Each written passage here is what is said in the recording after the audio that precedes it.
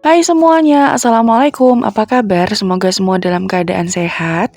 Hari ini aku, Ratri Oktaviani, mau bikin cemilan yang cantik banget hasilnya. Mau tahu gimana prosesnya? Yuk simak videonya sampai selesai. Oke, langsung aja kita mulai. Pertama siapkan panci, lalu masukkan 400 ml air. Ini akan kita didihkan dulu ya teman-teman, tapi mungkin pakai api yang sedang cenderung kecil aja. Kemudian di kompor lainnya, kita akan siapkan wajan, lalu masukkan gula pasir sebanyak 360 gram.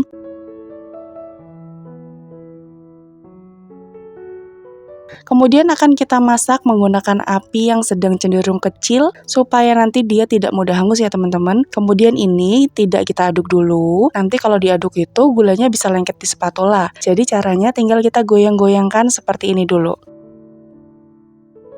Ini pertama-tama kita akan membuat saus karamelnya dulu ya teman-teman. Jadi kita lelehkan gula dengan cara diputar-putar seperti ini wajarnya, supaya nanti dia bisa meleleh sempurna.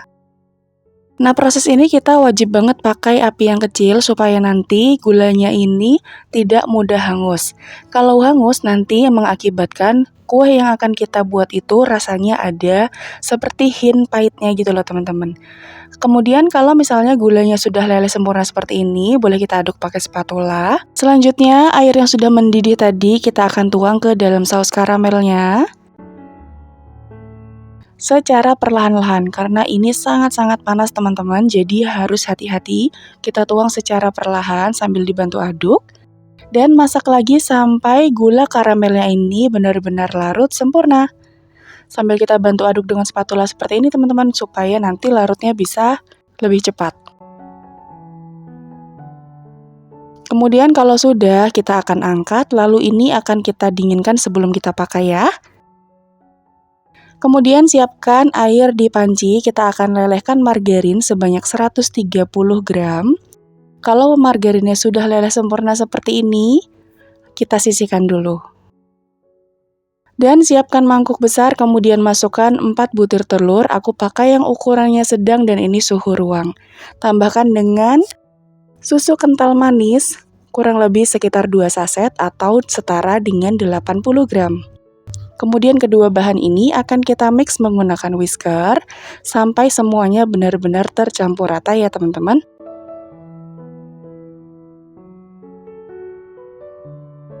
Nah, kalau sudah larut seperti ini, telurnya sudah menyatu dengan susu kental manisnya. Selanjutnya, kita akan masukkan cairan karamel yang tadi sudah kita buat dan ini sudah dalam keadaan dingin ya.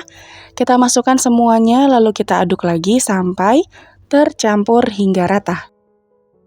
Oh iya, buat teman-teman yang baru aja mampir ke channel YouTube aku, minta tolong subscribe-nya dan juga nyalakan lonceng notifikasinya supaya nanti kalau aku upload video terbaru, teman-teman gak ketinggalan. Dan kalau udah, terima kasih. Nah, kalau sudah tercampur rata seperti ini, kemudian siapkan ayakan, kita akan masukkan bahan keringnya. Yang pertama ada tepung tapioka sebanyak 130 gram. Lalu ada 130 gram tepung terigu.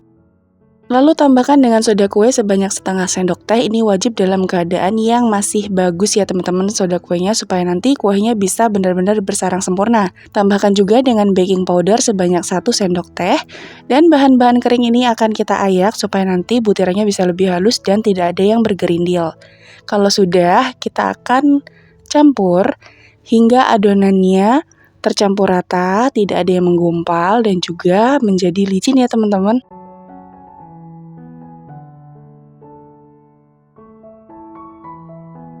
Kurang lebih nanti hasil akhirnya seperti ini, konsistensi adonannya memang cenderung cair dan ini adonannya sudah licin.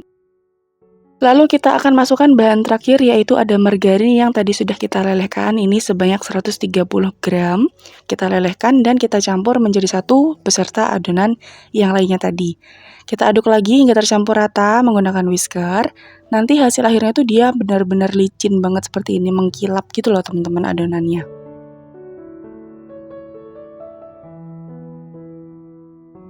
Kemudian ini akan kita saring supaya lebih memastikan bahwa tidak ada lagi adonan yang masih bergumpal ya teman-teman. Kurang lebih itu nanti hasilnya memang terlihat masih banyak yang bergumpal. Nah itu dia sebabnya tadi kenapa kita harus menyaringnya ya. Dibantu aja menggunakan spatula supaya adonan yang bergumpal ini bisa sedikit larut. Dan kalau sudah, kurang lebih nanti hasil akhirnya atau konsistensi akhir dari adonan itu seperti ini. Dia itu mengkilap dan memang cenderung agak cair tapi agak kental juga. Gimana ya, teman-teman bisa lihat ya di video. Kemudian langsung aja kita akan siapkan teflon. Di sini aku pakai teflon mini. Ini teflon yang biasanya digunakan untuk kue lumpur atau juga untuk martabak mini ya teman-teman. Sebelumnya kita panaskan dulu. Kalau sudah panas lalu diolesi dengan margarin di seluruh permukaannya supaya nanti tidak lengket ya. Nah, ketika teflonnya sudah panas, juga sudah diolesi dengan margarin, langsung aja kita masukkan adonannya tadi cukup setengah dari tinggi cetakan teman-teman, karena nanti adonannya akan mengembang tinggi. Jadi kalau kita isinya penuh, takutnya nanti dia akan luber. Kemudian kita masak menggunakan api kecil aja, sampai dia mengeluarkan gelembung-gelembung yang banyak seperti ini. Kalau sudah bergelembung semua seperti ini, lanjut kita akan tutup. Dan kita akan masak menggunakan api kecil aja sampai dia matang. Kalau misalnya di bagian permukaan tutupnya ini berair atau beruap seperti ini, kita elap ya, supaya nanti air uapnya tidak menetes ke atas adonan. Lanjut aja kita masak sampai permukaannya benar-benar kering.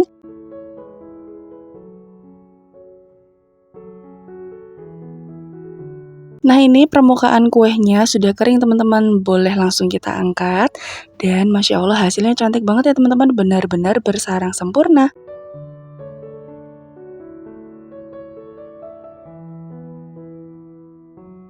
Nah, jika ingin melanjutkan ke pemanggangan yang berikutnya, teman-teman wajib mengolesi loyangnya dengan margarin ya, supaya nanti kue selanjutnya juga tidak lengket. Dan udah deh jadi, ini dia hasilnya teman-teman, bolu karamel mini, atau biasanya sebagian orang menyebutnya dengan boru sarang semut.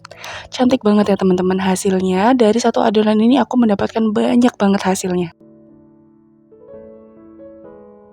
Dari satu adonan ini aku mendapatkan hasil sebanyak 29 pieces teman-teman. Super banyak banget ya hasilnya. Kalau dilihat dari dekat, Masya Allah ini tuh lembut, lentur, kenyal, dan juga bersarang sempurna. Dan yang penting bagian bawahnya dia tidak hangus sama sekali. Nanti kalau dalam proses pemanggangan, teman-teman wajib mengecek bagian bawahnya supaya tidak hangus ya teman-teman. Nah, ini tadi perbandingan antara adonan yang aku tuang sekitar setengah dari tinggi cetakan dan juga 3/4 dari tinggi cetakan. Jadi untuk hasil akhirnya ketebalannya berbeda ya teman-teman, sesuaikan aja dengan yang teman-teman butuhkan. Nah, untuk pengemasannya, kalau misalnya untuk sajian arisan, untuk snack box, atau untuk acara-acara, teman-teman bisa mengemasnya dengan plastik OPP seperti ini. Untuk link pembeliannya nanti aku taruh di description box, teman-teman bisa cek aja di situ. Dan hasilnya Masya Allah ini tuh cantik banget teman-teman. Atau teman-teman bisa mengemasnya dengan cara apapun, terserah teman-teman semua. Hasilnya tuh lembut banget, lentur, kenyal, dan teman-teman bisa lihat bagian dalamnya dia Masya Allah ini tuh benar-benar bersarang sempurna. Rasanya manisnya pas, terus nggak ada rasa pahit-pahitnya sama sekali karena tadi kita masak dengan cara yang benar. Jadi gula karamelnya nggak hangus ya teman-teman, supaya hasil akhirnya juga manis, tidak ada rasa-rasa pahitnya. Oke teman-teman, sekian dulu video kali ini. Terima kasih udah nonton videonya sampai akhir. Selamat mencoba, semoga berhasil. Sampai jumpa di video selanjutnya. Wassalamualaikum, bye.